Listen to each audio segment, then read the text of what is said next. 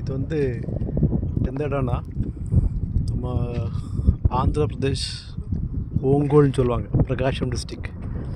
ஓங்கோலுங்கிற அந்த ஊரில் தான் இருக்கும்.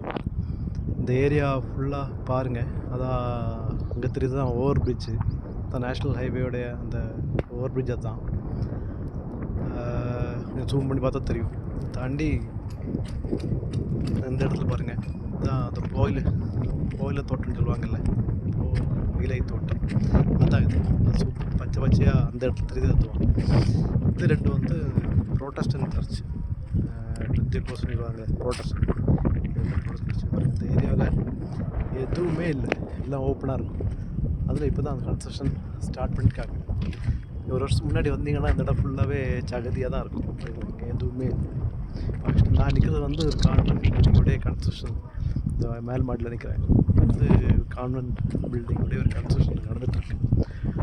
வந்து பார்த்தீங்கன்னா இங்கே பாருங்கள், அது வந்து ஒரு ஹாஸ்பிட்டல் பில்டிங் கன்ஸ்ட்ரக்ஷன் போயிட்டுருக்கு.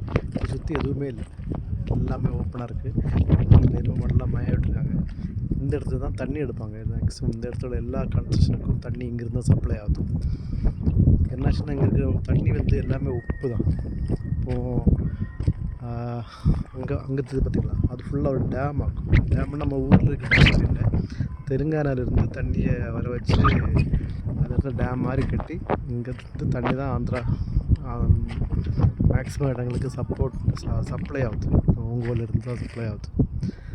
நீங்கள் பார்த்தீங்கன்னா தெரியும் உங்களுக்கு. ஒரு 2 வருஷம் தாண்டி பாருங்கள், இந்த இடம்லாம் பயங்கர டெவலப் ஆகி இந்த இடமே வித்தியாசம் வரும். பார்த்தீங்களா, அது வந்து ஓலை தோட்டம். இது இங்கே இருக்குது, அங்கே இருக்குது, தெரியும். ஓகே.